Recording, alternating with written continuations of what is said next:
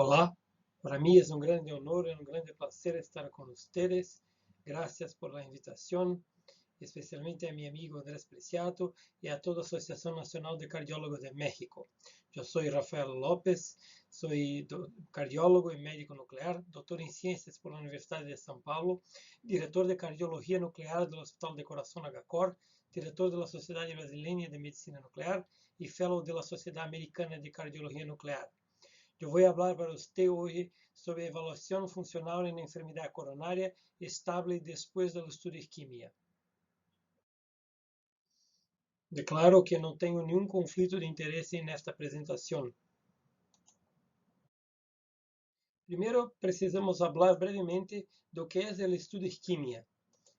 O estudo de isquemia, vou permitir-me deixar nas palavras da doutora Judith Hochman. The ischemia trial, led by myself at NYU and my study co-chair, David Marin, at Stanford, was the largest trial of its kind.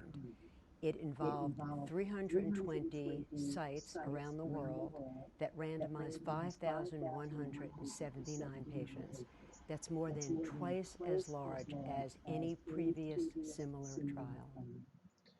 Então, o estudo de isquemia foi o maior estudo sobre a enfermidade coronária estável, com mais de 300 centros de investigação e com mais de 5.000 pacientes incluídos. Nós, em Brasil, tivemos 16 centros com aproximadamente 400 pacientes, ou 8% da amostra.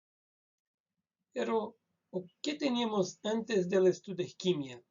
O estudo aleatorizado na era da terapia médica otimizada era o estudo COURAGE e o estudo BARE-2D. Pero estes estudos tinham sesgo de seleção com a aleatorização depois do cateterismo, não havia limite de isquemia mínimo requerido, os estentes diluídos não se utilizaram em COURAGE e em BARE-2D, não se utilizou angioplastia guiada por FFR em COURAGE ou em BARE-2D. E a cirurgia de revascularização não é utilizada em COURAGE ou em FAME2. Os estentes diluídos eram uma pequena porcentagem do estudo BARE-2D. Havia considerações que se abordariam em estudos futuros. Se beneficiariam os pacientes com maior risco isquêmico, eliminar sesgos de referência mediante a aleatorização antes do cateterismo, a utilização dos novos estentes e guiados por FFR segundo se necessário. Acá temos as curvas de sobrevida de Kaplan-Meier de ambos os estudos, do estudo COURAGE e do estudo BARE-2D, mostrando que não há diferenças entre a terapia médica otimizada e os pacientes com intervenção.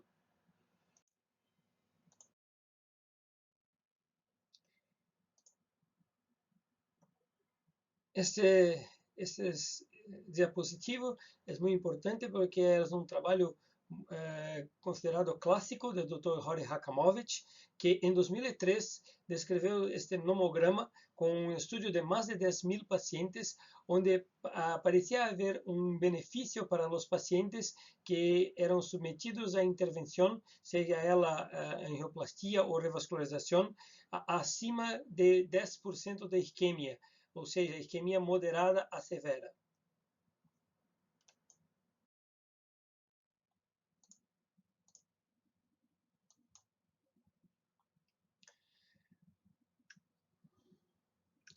Para os pacientes com enfermidade coronária estável, os principais objetivos do tratamento são reduzir o risco isquêmico e melhorar a qualidade de vida.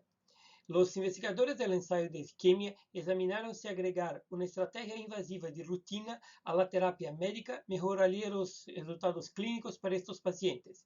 Em um estudo aleatorizado multicêntrico, se inscreveram 5.179 pacientes com cardiopatia isquêmica estável e isquemia miocárdica moderada ou grave. Se assinaram 2.588 pacientes para receber um primeiro tratamento invasivo, que incluía angiografia coronária com revascularização se estava indicado, además de tratamento médico. Se assinaram 2.591 pacientes para receber um tratamento conservador consistente de terapia solo com angiografia reservada para o fracasso de tratamento médico.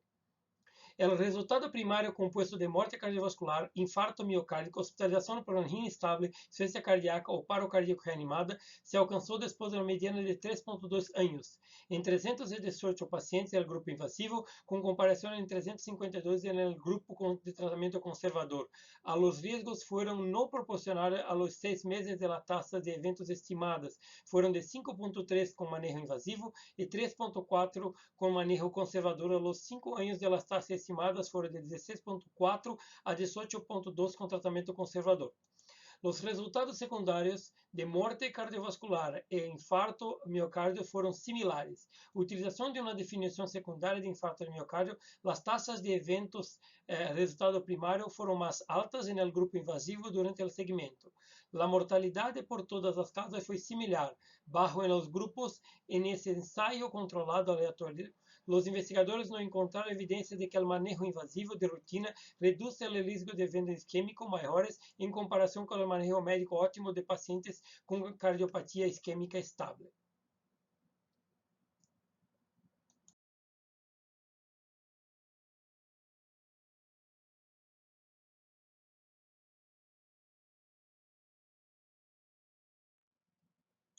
La pregunta de isquemia trial. En pacientes estables con isquemia al menos moderada y una prueba de estrés, ¿hay algún beneficio al agregar el cateterismo cardíaco y, si es posible, revascularización en el tratamiento clínico optimizado? Este fue un ensayo para evaluación de la estrategia del tratamiento. No se diseñó para responder a la pregunta de si la prueba es necesaria, ya que todos los pacientes del estudio tenían evidencia de isquemia moderada grave mediante la prueba de estrés, según lo determinado por el sitio de inclusión y la estenosis anatómica definida por la radiografía cega.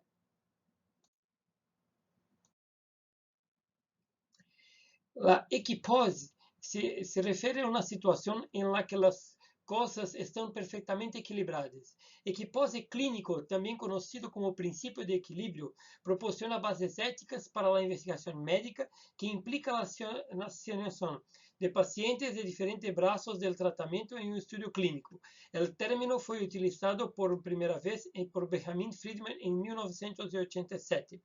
En el ensayo de isquemia trial se realizó una tomografía ciega a los investigadores para excluir los pacientes sin lesiones obstructivas significativas menores que 50% o lesión grave del tronco coronario izquierdo. El flujo del estudio isquemia incluyó 8.518 pacientes, pero fracasó en incluir 3.331. Y las principales razones fueron la isquemia insuficiente, la enfermedad arterial coronaria no obstructiva en más de 1.000 pacientes y el tronco desprotegido en 434.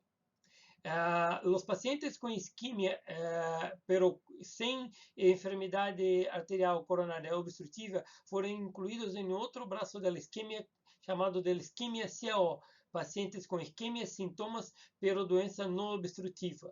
Eran 66% de este grupo eran mujeres. Los pacientes aleatorizados fueron 5.179, siendo que 73% de los participantes realizaron angiotomografía. 2.588 para el grupo invasivo y 2.591 para el grupo conservador. La mediana de seguimiento de sobrevida de 3,3 años. La proporción de seguimiento en el grupo invasivo de 99,4% y en el grupo conservador de 99,7%. Del 90% incluído informó angina. El 75% deles sometieron a exámenes de imagen funcionales y 25% solo a la prueba de ejercicio en la cinta rodante.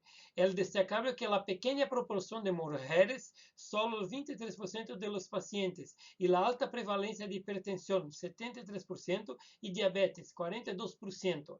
El 33% tenía isquemia moderada y el 54% isquemia considerada severa.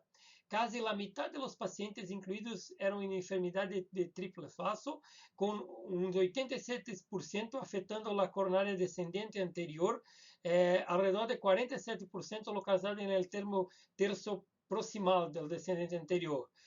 Se trata, portanto, de uma aprovação de maior gravidade que em ensaios clínicos anteriores. La prova de estresse qualitativa, la interpretação del Core Lab, considera-se que 33% teriam isquemia moderada e 54% dos pacientes teriam isquemia severa. Como afeta a isquemia a imagem diagnóstica? A isquemia ha gerado uma ampla variedade de predições e opiniões sobre a imagem, que incluem a prova de isquemia aí não poderiam ser necessárias ou não seria necessário realizar provas. A tomografia como primeira linha de investigação ou tomografia computadorizada para todos. A investigação da isquemia deve continuar as provas habituais. Ou deveríamos considerar novas provas para avaliar a isquemia. Destacando as 4 que han ganado força nas últimas discussões, todos estes argumentos têm méritos e deficiências. Considerar as provas de isquemia já não poderiam ser necessárias ou não se requeria provas. As provas simplesmente não melhoram os resultados se não há benefício terapêutico ou cambio no manejo. É correto dizer que os resultados realmente inferem que a revascularização guiada convencionalmente por la imagem já não é apropriada? Isquemia não nega que qualquer revascularização em los signos de dolor torácico crônico deva seguir precedida de uma prova isquêmica. Ela angio-TC como a primeira linha de investigação, ortomografia computadorizada para todos. Considerando as diretrizes de NICE que ha cambiado depois de 2016, que sugerem uma maior eficiência e custos reduzidos, e a exclusão simples de obstrução significativa responderia à pergunta clínica em la maioria dos pacientes.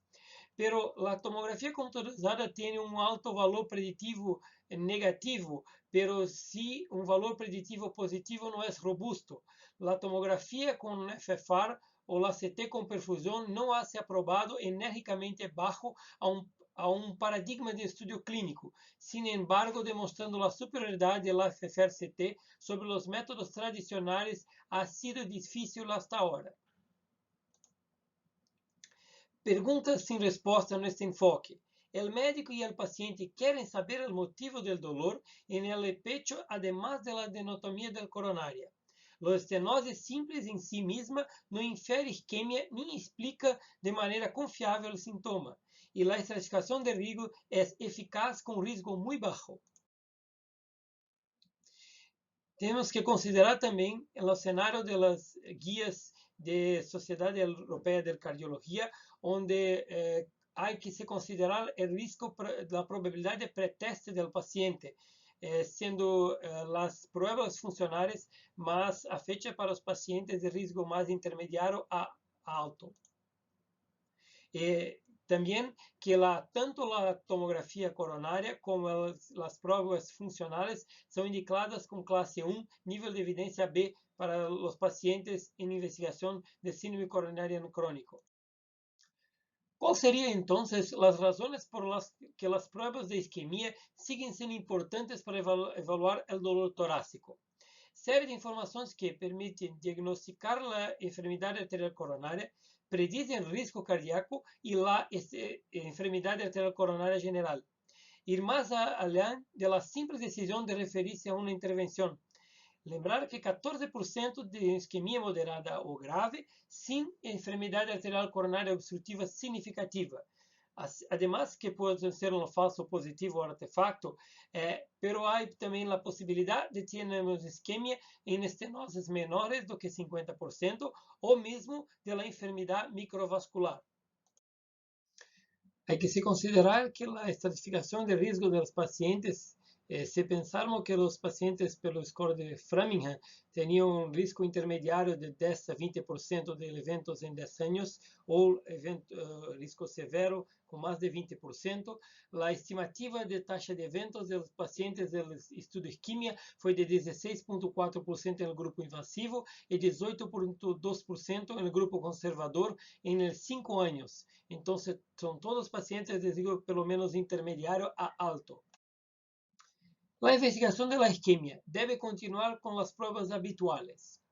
Los grandes registros de imágenes mostraron consistentemente que las pruebas de esfuerzo ofrecen seguridad para la mayoría de los pacientes con dolor de pecho, sin o con isquemia mínima, en una amplia gama de síntomas y probabilidad de enfermedad previa a la prueba. El espectro de extensión de la isquemia tiene amplio valor prognóstico establecido y una proporciona orientación fisiológica para guiar la intervención coronaria.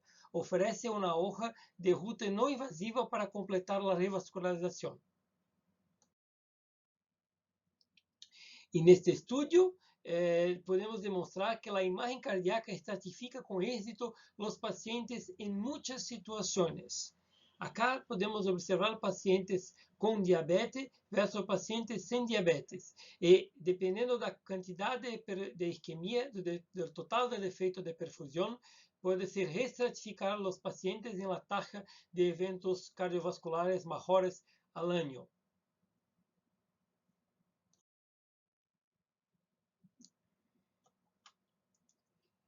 Se deveríamos considerar novas pruebas para avaliar a isquemia, la evaluación de las pruebas funcionales y las nuevas estrategias de valor añadido pueden ser de utilidad adicional.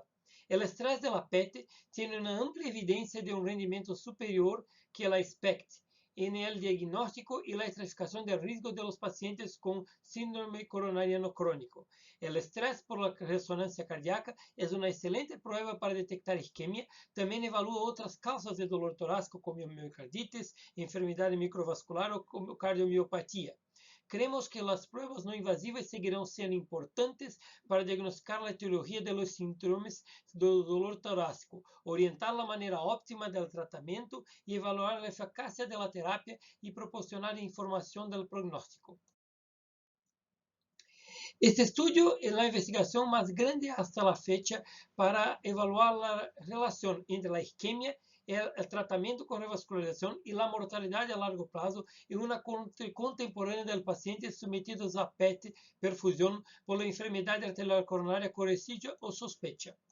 En la análisis ajustada por la propensión hubo una interacción significativa entre la isquemia y la revascularización temprana, con P menor que 0.001 para todas las causas y muerte cardíaca, de modo que los pacientes con mejor isquemia tenían una menor sobrevivencia con la revascularización temprana, con un umbral de isquemia potencial de 5%.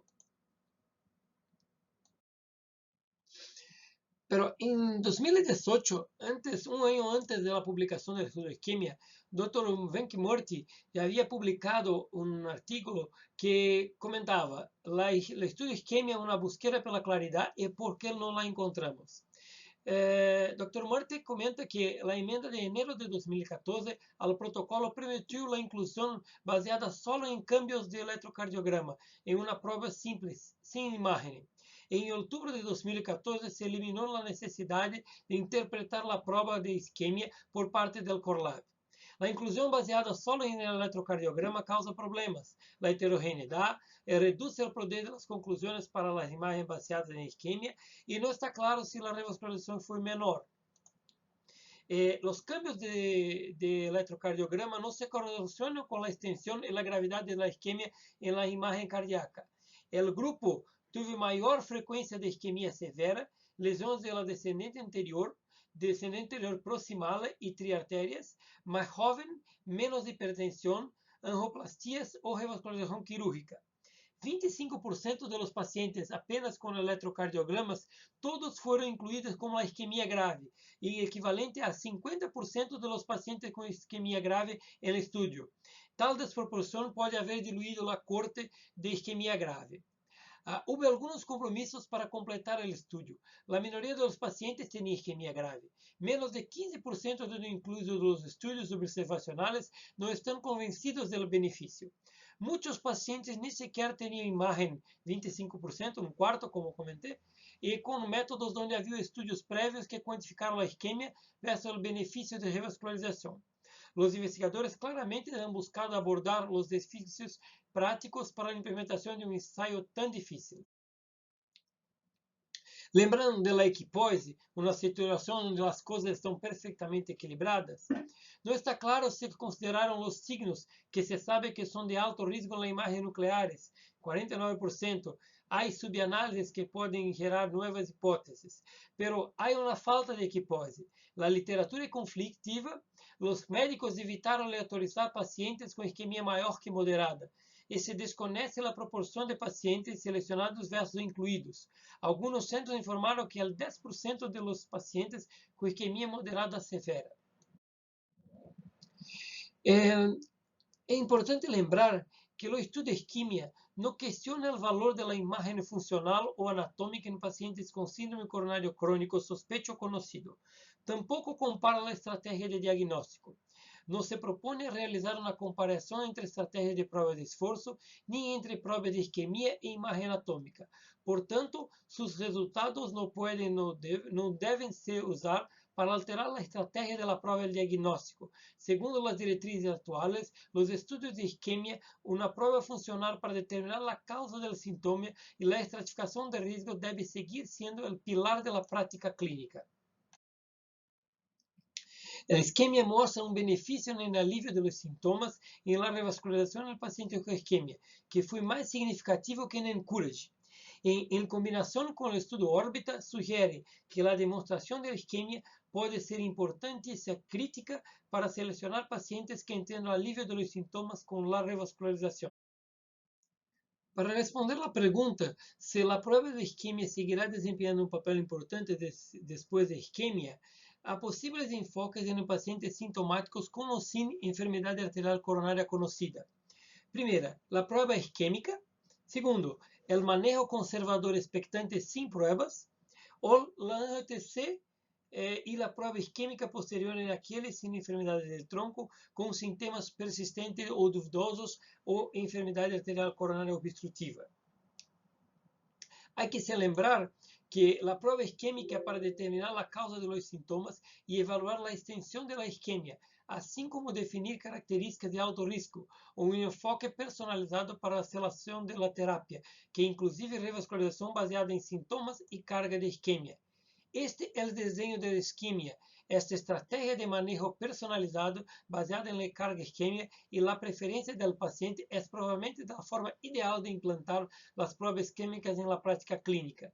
Uma ampla evidência contemporânea respalda os melhores resultados de revascularização com um enfoque funcional e isquêmico, o FEM1, FEM2, e evitar a intervenção coronária percutânea na ausência de isquemia, demonstrado por o estudo de Fur. Se informarão melhores em la calidad debido a la angina en el estudio de isquemia con revascularización, antes de ser informado sin lesiones significativas. Há exemplos. Acá temos exemplos da população do estudo de Fur e do estudo FAME. Primero, los pacientes, la prevalencia de dolor torácico, más del 80%, en DeFur más del 60%, antes del paciente ser informado que la obstrucción no era significativa. Y después redució significativamente la prevalencia del dolor torácico, la angina, apenas por saber que las lesiones no eran significantes. Então, em paciente sintomático, é valioso confirmar um diagnóstico clínico para explicar os sintomas que limitam a qualidade de vida e identificar quem pode se beneficiar com a revascularização. Considerando o enfoque da angiotomografia e a prova isquêmica posterior em aqueles sem enfermidade del tronco ou com sintomas persistentes, a ideia da tomografia primeiro para excluir a enfermidade del tronco. La tomografía no puede definir si el síntoma está relacionado con la isquemia para guiar el tratamiento de la angina. Solo el 1% de los aleatorizados y el 5% de los incluidos tenían una lesión del tronco mayor que 50%. El 30.5% de los pacientes tuvo un infarto previo, angioplastia o revascularización, donde se prefiere la prueba isquémica. Y las mujeres con isquemia podrían sentirse falsamente tranquilizadas por una angiotomografía sin obstrucciones. Há que se perguntar também, sigue sendo válida a hipótese de que o aumento da isquemia empeora os resultados? Sem dúvida. Este estudo publicado por Sharif também quase que simultaneamente com a publicação de isquemia em novembro de 2019, demonstra que en una población predominantemente masculina con la isquemia moderada severa, más de 10%, la revascularización temprana es asociada con menor riesgo de muerte, muerte o infarto y eventos cardiovasculares mejores. En pacientes con isquemia leve de 5 a 9%, la revascularización se asocia con mayor riesgo de eventos mejores debido a revascularizaciones más tardías.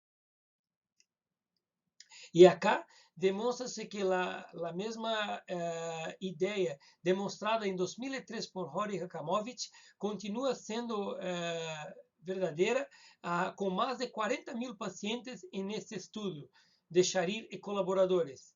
Continuamos vendo que a isquemia acima de 10% parece estar associada com piores resultados em estudos observacionais prospectivos.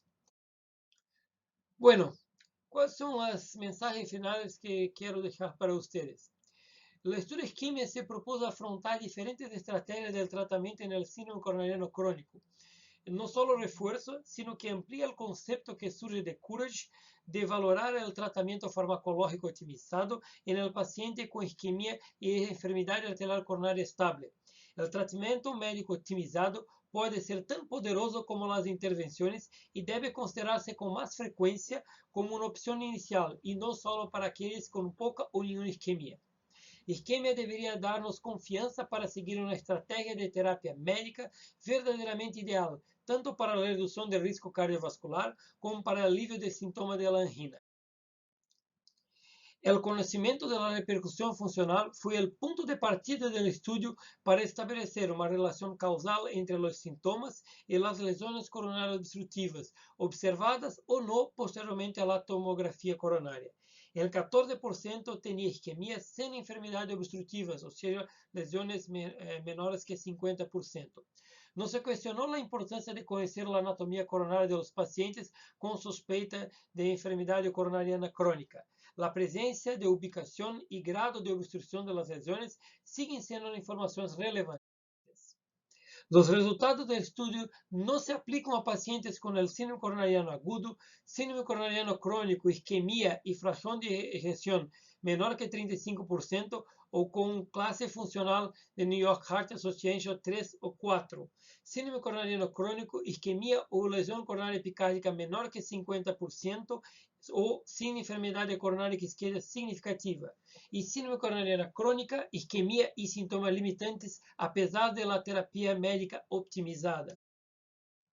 E o menor enfoque para os pacientes com síndrome coronário crônico é levar ao paciente ao centro da decisão, armado com a maior qualidade de informação clínica, funcional, anatômica e a partir de aí decidir a melhor conduta.